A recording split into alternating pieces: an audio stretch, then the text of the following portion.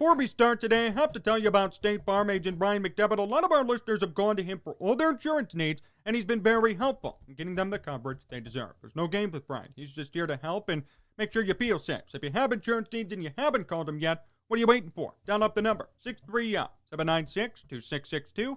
That's 630-796-2662. Or find him online at ryanismyagent.com. That's ryanismyagent.com. And make sure to mention Sports Talk Chicago. Like a good neighbor, State Farm is there. Sports Talk Chicago. Here with Jon Zaghloul, and we are back and ready for today's special guest. He's a sports radio pioneer, host of The Odds Couple on ESPN 1000, and a contributor to the Barroom Network. Please welcome Mike North to the program. Mike, it's great to have you on. How are you? It's great, John. Great to talk to you, my friend. How's everything going? Hope everything's well. Mike, what was your take from the Bears game from this weekend?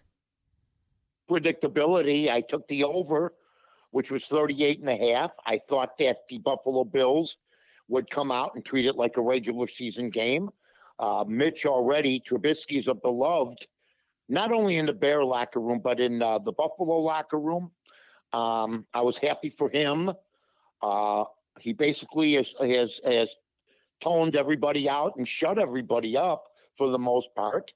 It vindicated me and a few stragglers who have been fighting for him, and it once again is an indictment on 90 to 95% of the national media, 90% of the Chicago media. That includes TV, radio, and the newspapers. He just put on a display with a new team that I think won't be forgotten. And I know a lot of people are walking with their heads down right now as far as the Bears are concerned, because it actually is going to get worse. When it didn't have to, we could have signed Mitch for the 5th year. He can get away from the pass rush. We have a heavy-footed guy in Dalton now who's not as nimble as Mitch. Field right now will get killed if they put him in. So Nagy basically made the situation worse with a misjudgment once again on the situation. Well, Mike, it's a preseason game. Who cares, right? I mean, do you think that's Mitch proving anything in the preseason game? Oh, absolutely. Well, but see, here's the problem. And that question that he had to prove himself here in this game, John, leads me to everything I've been saying. We developed the quarterback in Mitch Trubisky, and the Bears and the media and 75% of the fans don't even know it. I mean, this guy's going to make a lot of money next year. And, somebody brought up that, Nagy could be out and the offensive coordinator of Buffalo will be in. Well, if the offensive coordinator of Buffalo's in, Daboll, Trubisky will be signed again. Because from what I understand, one of the deals that looks good is that Daboll will be getting the job somewhere else, and Mitch Trubisky will be the first number he calls. What do you think about the Bills and the way they've treated him so far compared to his treatment when he was here in Chicago? Oh, it's horrible. Mitch was treated horribly. See, I even read, I read all the tweets, Right. And I even read yours. Yeah, believe it or not. And this is a tweet from you. My 2 major takeaways from yesterday's Bears versus Bills game: Justin Fields needs protection, shouldn't start until he has some, like it or not. And yes, Mitch Trubisky can be a competent NFL quarterback. He was for 3.5 years. What were you watching? I mean, I don't understand.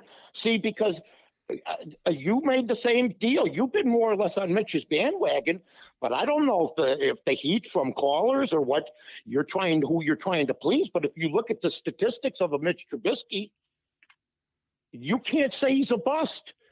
He was overly competent. He's the only quarterback that's made Matt Nagy's offense look good. So it's more of the media just going along with the crowd, basically, John. And I've refused to do so. I felt vindicated, and I think the rest of you should look up and start to look at the numbers. I picked up his numbers today just for fun to see if you could explain to me how a guy that spent 3.5 years with the 29-21 record through 64 TDs, 37 interceptions, had the highest rating of any Bear quarterback at 87% in history, and has a completion career of 64%. And I got to hear from you, he could be competent. We had a heck of a quarterback, and the Bears' total of 7.5 wins would be higher with Mitch. And we'd be going with the quarterback that made the playoffs, basically, last year. So he's played really 3 full seasons and and if you take out his rookie season, okay, 2017, right, where he was 4-8, he's 26-13. Yet I got to read that he can't read defenses or that he needs to be competent. It's a joke. The whole thing is a narrative. Is a narrative that most of the media has sold on the fans. And I don't go along with that media because this is the same media that let Jay Cutler go 57-57. This is the same media that thought Nick Foles was going to be outstanding at 2-5. He ended up, and Andy Dalton is if anybody thinks that Andy Dalton is an upgrade from Mitch Trubisky, shame on all of you. Shame on all of you. How surprising was the positive coverage from Bears media, by the way? I'm sure you saw the interaction from a lot of the Bears beat reporters with the Mitch Trubisky press conference after the game. Why did the narrative kind of shift? Well, because he put himself on display. Look, if he has a bad game, everybody would have gone, see? So I don't buy it was a preseason game. You would have been on saying the same thing. Well, it looks like the Bears were right. Or maybe they weren't, but you know what? It looks like they made the right move. And I'm here to tell everybody they made the wrong move. You don't get rid of a quarterback. See, like I said, though, the Bears have never developed a quarterback, but when they actually did, see, the deal is he's not Nagy's guy, never has been. Nagy wants to win with a guy he brings in, whether it be Foles, whether it be any of the other quarterbacks that he's brought in. He doesn't want to be the guy that will get his thunder stolen by Mitch Trubisky for some reason. I don't know what the disconnect was, but Dalton probably will be replaced in the 3rd or 4th game. And Fields definitely, I will tell everybody this. I'd be willing to bet anybody that after 3.5 years or 4 years of quarterbacking, Fields' stats won't be like Trubisky's were the first 4 years with the Bears. And Trubisky hasn't had a whole lot to play with. You know, everybody talks about what Mitch did with the Bears. Well, who did he have? You know, they got rid of Jordan Howard right under his feet. Well, regardless of how Jordan Howard is now, Montgomery took a year. You know, I mean, this is a team that Allen Robinson, if he's double teamed this year, somebody better step up. So hopefully things will turn out good, but there was no reason for this whole fiasco, except for the fact there was a falling out after the 3rd game between Mitch Trubisky, and everybody knows it, and Matt Nagy. Just want to set the record straight here, Mike, and you know this from last year. I do like Mitch Trubisky. Maybe the tweet seemed a bit misleading, but I will say this. Bears fans who consider him a bust obviously don't know what a bust is. I mean, Cade McNown was a bust. Jamarcus Russell, Right. Ryan Leaf. These are guys who played 2 years in the NFL and then sputtered out. Mitch Trubisky has a 29-22 record. I don't think that's anywhere near being called a bust. No, and I'm with you 100%. And the bottom line is, John, that the people that called him a bust are the same people that were at the altar of Jay Cutler. They're at the altar now of Justin Fields. No, I mean, I'm serious now. This is no laughing matter. Justin Fields is RG3 to me. And if anybody remembers RG3, his first 2 years were outstanding. Right. Okay. But then, because the only thing he could do, you want to talk about not being able to read a defense or not being able to recognize a pass rush? They rushed 4 guys and he walked right into one that almost killed him. So he can run away all he wants. He's already dinged up. He was limping at the end of that game. He's RG3 or RG3 Junior or RG3 the second or RG3 2. That's what he's going to be. Now, can he stay healthy to do that? And if he can, good. Because then you got a Lamar Jackson top. But as far as who was the best quarterback on the field Sunday, heads and tails, Trubisky. It was embarrassing. I mean, you put up 34 points. That was shutting everybody up because he's had to keep it in for 3 years. Keep it inside because he's a class act. Well, let me ask you this. Do you think for Fields that's an indictment on the old line, or is that an indictment on Fields himself? Well, he's not going to play with the talent he had at Ohio State. That's the first thing. And you know what? His accuracy is just going to be okay. He threw two that were supposed to be catchable in the end zone. They were 5 feet over the guy's head. I mean, you know what? He had a good first game. How come his game? How come preseason counted when he played good? But Mitch plays good, and it's only a preseason game. See, that's the message you even brought up. Right. Did you were encouraged by Fields, and you know, and you're entitled to your opinion, John, but I know you were encouraged by Fields in the first game. But in the second game, I didn't hear Fields basically played a crap game. He got away with some things because of his speed. But the best quarterback, heads and tails, is the guy that's been indicted by most people in Chicago. And I'm proud to say I've been with them from beginning to end. And the narrative that's amazing to me is that he's 26-13, and you hear grown people say he can't read a defense. That's virtually impossible to have that record in the NFL with that and not be able to. That's like saying you're an airplane pilot and you've made every landing, but you don't know how to read radar. It's ridiculous. You know, I've seen so many film experts, Mike, who break down Trubisky's game, and they just say, can't read a defense, bad quarterback, can't move out of the pocket. I've heard people say, too, that he can't move and can't recognize when the pocket collapses. What do you say to all that? Well, I mean, I look at Dan Orlovsky, for instance, who I like. That's who I'm referencing, actually. Well, he was a horrible quarterback. So, I mean, he could break down Mitch Trubisky all he wants. If he would have been as good as Mitch Trubisky, you know, who knows where his career would be by now? He's got a darn good career. But, I mean, Mitch Trubisky, as far as a quarterback, heads and tails above Dan.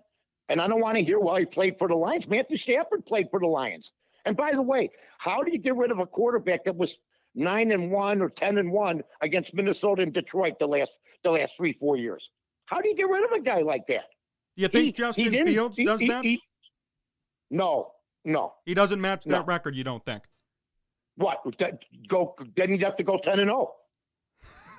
You think that's going to happen seriously? No. That he's going to beat? No. So all this propaganda. I mean, I hear national guys say, well, I heard from so-and-so, or I've been reading how good this guy looks. They've been reading, the same guys have been there for 30 years and have been wrong. The last time I was really wrong about a quarterback was Cade McNown. And I'm the first to admit it. I was right about Cutler, right about Foles, right about Glennon, right about Trubisky. But everybody listens to the wrong way Charlies. Just listen to me. I'm telling you right now. You know, and I'm going to tell you something right now.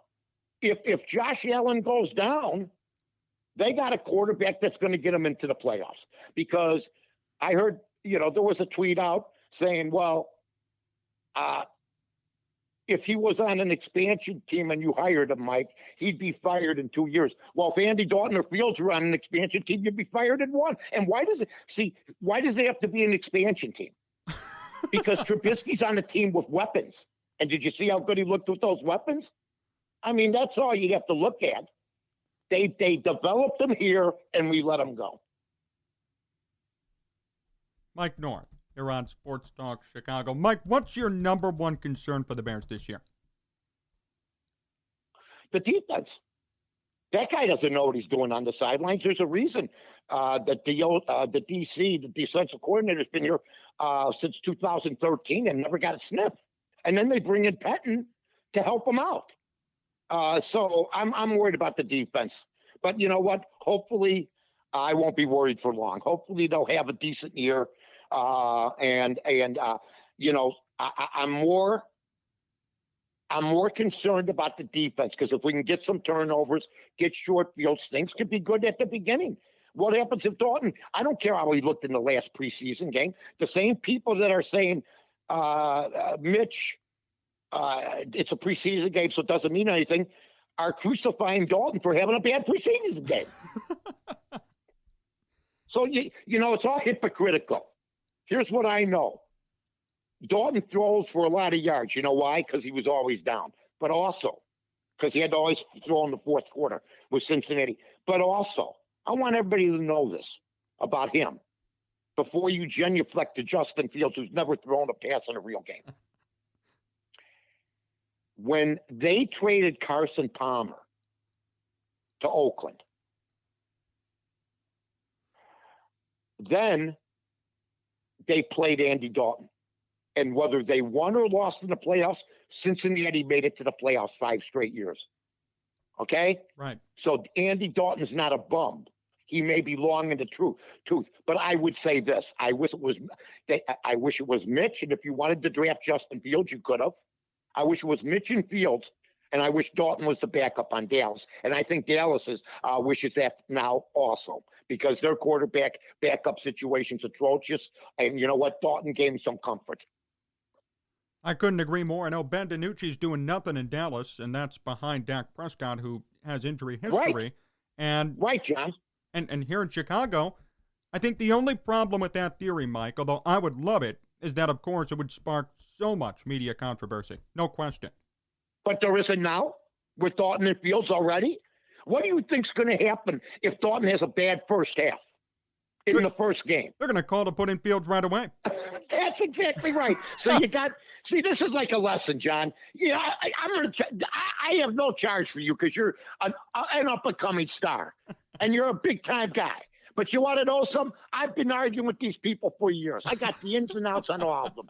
Bottom line is, if Dalton has a great first half, I believe Bear fans will galvanize. I think the first game for Dalton, unfortunately, against a great team, potentially, is so huge for him. Because if they win, then the Fields people back off. If they lose, the predictable Monday morning will be, I've been there. That Fields has got to be inserted in, even though they'll ignore the fact that if Fields starts at quarterback in the first game, John, the Bears don't have a chance at all, against the blitzing, the edge rush, the stuff that he finally faced some pressure this week and almost got killed. Okay? So their offensive line isn't where it should be. I think the Bears are doing the prudent thing, and they're living up to a promise they shouldn't have made by saying, if you come, Andy Dalton, if you come, we will start you. We will start you the first game. But we don't know how long that will last after that. When would you like to see Fields come in, if it were up to you? Well, hopefully not at all. Hopefully we get off to a good start. Sure. Because if he comes in, it's over. It's over. They'll be, once again, judged. See, this is the same group, like I said, that's brought in all the other bad quarterbacks. They couldn't unseat Mitch, so they let him go. There's no way, Dalton. They couldn't unseat him. He came back on them. He saved their job. And for all that, after ripping down his career and making everybody thinks he can't play, they got rid of him, and then they put themselves in a worse situation. There's a reason they over under 7.5 and not 8 or 8.5, especially when you're playing 17 games. Do you think they hit the over? No. No. Okay. I thought they would, that I saw the offensive line, and I also saw the defensive scheme. I know we didn't play our guys, that I know, but I just know. I looked at that OC, the defensive coordinator of the Bears, and he looked like a deer in headlights. Because they were out to stop Mitch Trubisky. They didn't want to be embarrassed like this. And, everybody's shutting up about Mitch now. Because they know he gave them a paddling. He gave all the media, the Meatball Bear fans, he gave them all paddling. And so it's time to move on. I don't have to argue about Mitch anymore because I was dead on about him. Let me ask you this about the season opening game, because we talked about that a bit already. If Fields starts, what better results could you expect against that sort of defensive front versus Dalton? They got the better chance with Dalton. Right. You cannot go in with an experience like that. You can't feed him to the Lions. Now, there's a reason he dropped in the draft, and the Bears think everybody else was stupid. But the bottom line is that there are prop bets in Vegas about what rookies are going to take a first snap, or who's going to quarterback for certain teams. Like Cam Newton right now is minus 300. Trey Lance is is plus 180. Some of the rookies. There's nothing on Fields. Wow. So it's a foregone conclusion that Dalton's starting game one. The Bears are, you know what? They are that stupid, and they're pretty stupid. But they're not that stupid to let Fields play against that team to start off with. Let them watch. Let them learn. I think everybody, Bear fans, know what's coming, though. They're hoping for the best, but, you can't have a different quarterback every year. You can't have different defensive coordinators every year. Fazio, Pagano. Now this guy just, so it just doesn't look good because there's so many changes on both sides of the ball. Mike North here on Sports Talk Chicago. Mike, how confident are you in Fields' overall skill set based on what you've seen? Well, I'm not. From what I saw, I understand he can run, but I'm not as far as accuracy. I'm not there with him. I'm there for arm. I'm there for escapability. Pocket presence, I'm not there. So right now, I'm not. Now, that could change. Sure. Okay? And if it does, good. But are we going to see a Mahomes type of back? No. It's not going to happen. There's only one of those, and it cost Mitch his job because he wasn't as good as Mahomes. I love the people that I wanted Watson, but what would be that situation right now? Right. That's in flux. So I think, like I said, Mitch Trubisky made the right move to extend his career after this year, and he's with a competent team, and he's learning, and he's with one of the top three coaches, in my opinion, in the National Football League, Sean McDermott, who the team gets better every year, both on all aspects of the ball, special teams, defense, and offense. What's your overall expectation for the Bears this year? If they win 8 games, you should be happy. And if Fields gets to play and he shows some promise, but they had the quarterback position sewn up. This is not the first time. They had the tight end position shown up with Greg Olsen, and they got rid of him, and he went on to make Pro Bowl after Pro Bowl. So they had the running back position shored up with Jordan Howard, who played this past week in Philadelphia. I'm saying that Montgomery with Dalton back there is not going to be as effective, because when Trubisky came in, everybody knows this. The last few games last year, the offense did everything so much better, including score more points, right, have more yards, and Montgomery was a lot better. Mike North, still here on Sports Talk Chicago. Mike, a few more questions before we finish Sure. up. First off, any celebration plans for your 30-year anniversary in media? Well, I'm doing different things, John. I just left a great relationship at Win Daily. I was there for 6 months. I had a great contract with them, but I have 2 other things on the docket that I'm going to be announcing in a few weeks. I'm also working at where I have an interest in Bears Bar Room, along with my buddy Aldo Gandia. I'm on the best terrestrial radio pick show in the business, The Odds Couple on AM 1000 with Carmen. And I'm also got this radio and TV documentary that we're working on. We've had snips of that on North to North. If you want to follow, go to northtonorth.com. So that's coming along. Aldo Gandhi and I are working on that. It's independently produced. BB North is the boss of that one. So it's a lot of revealing good stuff about the past 30 years and before that. And things for the future. So I'm so busy. I'm having fun. To me, I'm blessed to still be doing this. And I've seen it all. Been with a lot of major people. But the bottom line is, to the last 30 years in this type of culture, to me, and to be working for a great company and with guys like Mike Thomas, who runs ESPN 1000. I like Mike a lot. And Carmen's fantastic. Randy, Yurko, we have so much fun. We just wrapped this thing. I mean, I made my first appearance at a spar, I think called Chasers, back in 1992. And then this week for ESPN 1000, I made an appearance 30 years later at Bourbon Street. So I'm very blessed. I got a lot of good stuff going on, but the best thing I got is BB. We've been how long we been married, B? 44 years. I get the dates mixed up because I dated her too, beforehand. We just didn't have an arranged marriage. I hear that's big in some parts of the world right now, but it didn't happen like this.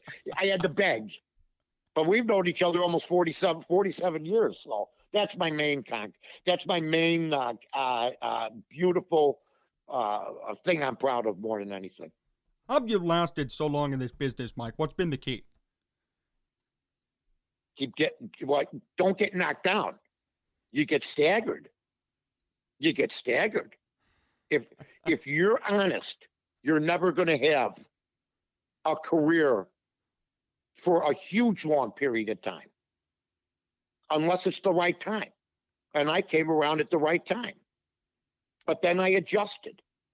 And I've been gone from local radio for a long time, as far as, or I was until I got in ESPN 1000. But that's because I became a stud handicapper. I mean, come on, John. How many guys you know are great handicappers and can do what I do? Come on now. You got to be honest. So the bottom line is I win.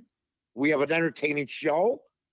We have a great station to do it on, an AM 1000. Got backing from the bosses and everybody else. Randy Merkin's an excellent producer. We got guys like Sean and Tyler Rocky and Eric Ostrowski that help with the show. So, hey, it's a great effort, It's a great effort. I'm on every Friday. Well, the Sox have stolen our thunder. So we're on Saturday morning. We have the podcast up on Friday. And Mike, before we finish up today, last question. Can we get a giant impression from Jack and the Beanstalk? Can we hear that from you? You know what's great? We're going to put out on Twitter today.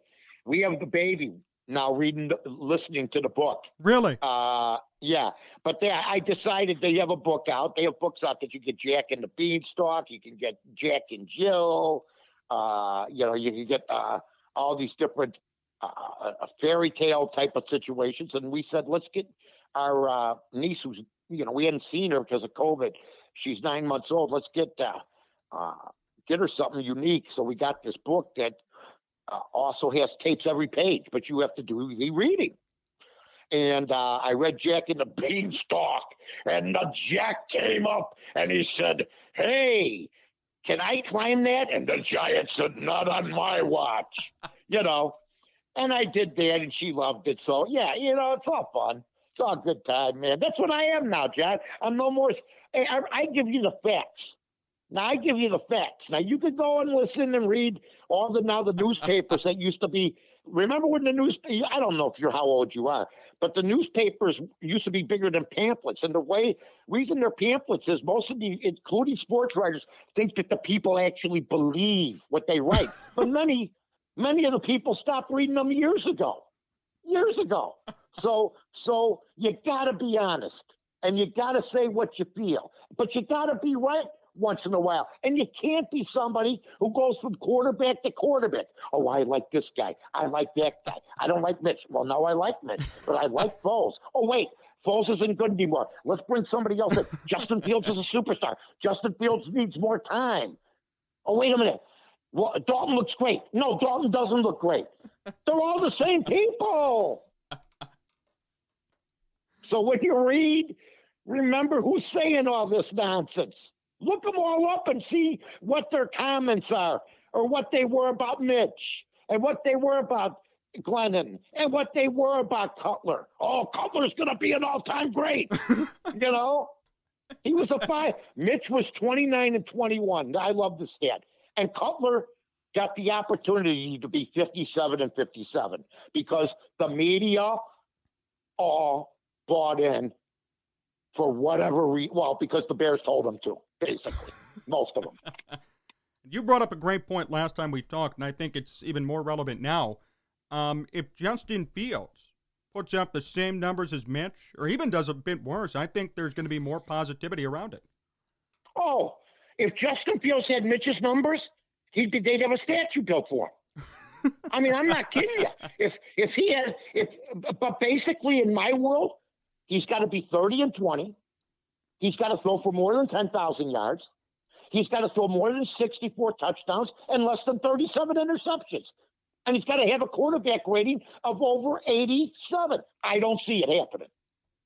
Thank you so much for joining me. Always a pleasure to have you on at Talk Bears. Looking forward to the next time we chat. And obviously, best wishes with Bears Ballroom and ESPN 1000 and all the new projects coming up soon. Thank you so much. Hey, John, you're the best. Thanks, man.